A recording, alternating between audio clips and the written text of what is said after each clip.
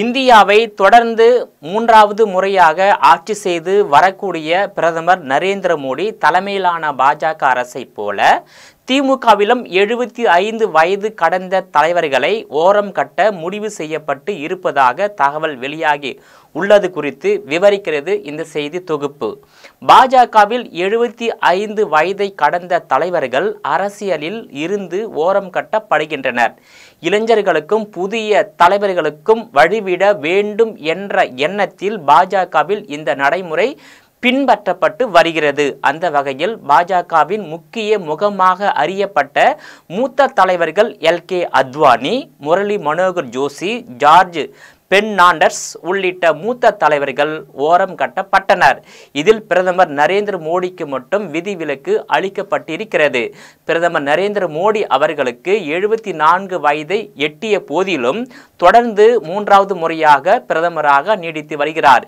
இதை வைத்து கடந்த ஆண்டு நடைபெற்ற மக்களவை தேர்தலின் போது அனல் பறக்க விவாதம் நடைபெற்றது. பாஜகவில் 75 வயதை அடைந்த தலைவர்களை ஓரம் கட்டும் திட்டத்துக்கு மார்க்தர்ஷக் மண்டல என பெயரிடப்பட்டு இருக்கிறது. இதேபோல தமிழகத்தை ஆளும் திமுகவிலும் மூத்த தலைவர்களை ஓரம் கட்ட அக்கட்சி தலைவரும் முதலமைச்சருமான மு.க. ஸ்டாலின் முடிவு செய்திருப்பதாக தெரிய வருகிறது. ஏற்கனவே முதலமைச்சர் மு.க. ஸ்டாலின் சமீப நாட்களாக பல்வேறு மேடைகளில் இது குறித்து பேசி வருகிறார். இளைஞர்களுக்கு மூத்த தலைவர்கள் வழிவிட வேண்டும் என கேட்டுக்கொண்டார். துணை முதலமைச்சர் உதயநிதி ஸ்டாலினும் இதே மனநிலையில்தான் இருப்பதாக திமுக வட்டாரத்தில் பேசப்பட்டு வருகிறது.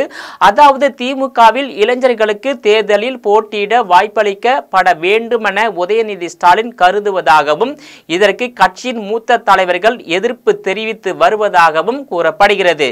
சில மாதங்களுக்கு முன்பு சென்னையில் திமுக சார்பில் நடைபெற்ற கலைஞர் எனும் தாய் புத்தக வெளியீட்டு விழாவின் போது நடிகர் ரஜினிகாந்தும் இதே கருத்தை முன்வைத்து பேசியிருந்தார். அந்த வகையில் குட்டி கதையை சுட்டிக்காட்டி பேசிய ரஜினி, வகுப்பறையில் புதிய மாணவர்களை விட பழைய மாணவர்களை சமாளிப்பதுதான் ஆசிரியருக்கு சிரமம் என தெரிவித்து இருந்தார். அதாவது இந்த கதையின் மூலம் திமுக மூத்த தலைவர்களை உவமையுடன் ரஜினிகாந்த் குறிப்பிட்டது மட்டுமின்றி துரைமுருகன் பெயரையும் கூறி பேசியது அனைவரையும் நகைப்பில் ஆழ்த்தியது.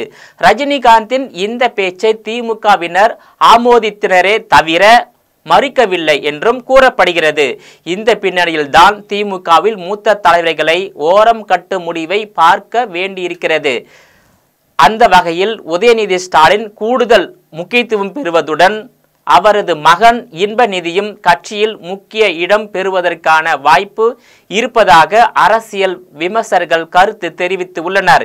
இதற்காகத்தான் பாஜகவை போல திமுகவும் அதிரடி நடவடிக்கையை பின்பற்ற போவதாக கூறப்படுகிறது. இதன் மூலம் 87 வயதாகும் திமுக பொதுச் செயலாளர் துரைமுருகன் மட்டுமல்லாமல் 84 வயதாகும் ஸ்ரீபெரும்புதூர் மக்களவை தொகுதி நாடாளுமன்ற உறுப்பினர் திமுக பொருளாளருமான டி.ஆர். பாலு உள்ளிட்டோரும் ஓரம் கட்டப்படலாம் என கூறப்படுகிறது.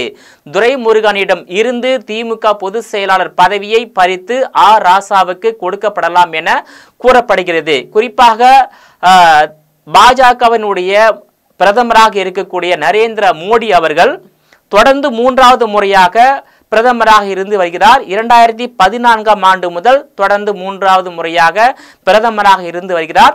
2014ஆம் ஆண்டு முதல் முறையாக நரேந்திர மோடி அவர்கள் பிரதமராக பதவி ஏற்பதற்கு முன்பாக குஜராத் மாநிலத்தில் தொடர்ந்து 3 முறை முதலமைச்சராக பதவி வகித்தது தொடர்ந்து இடைவிடாமல் 2014 முதல் முறையாக பிரதமராக பதவி வகித்து வருகிறார். இந்தியாவில் ஒருவர் ஒரு மாநிலத்தில் தொடர்ந்து 3 முறை முதலமைச்சர், அதே போல இந்தியாவில் தொடர்ந்து 3 முறை பிரதமர் என்ற ஒரு அந்தஸ்தை பெற்று வருகிறார். நேயர்களே, மீண்டும் இது போன்ற மற்றொரு நிகழ்ச்சியில் சந்திக்கிறேன். அதுவரையில் உங்களிடமிருந்து விடைபெறுவது நான் உங்கள் விஜயபாலன்.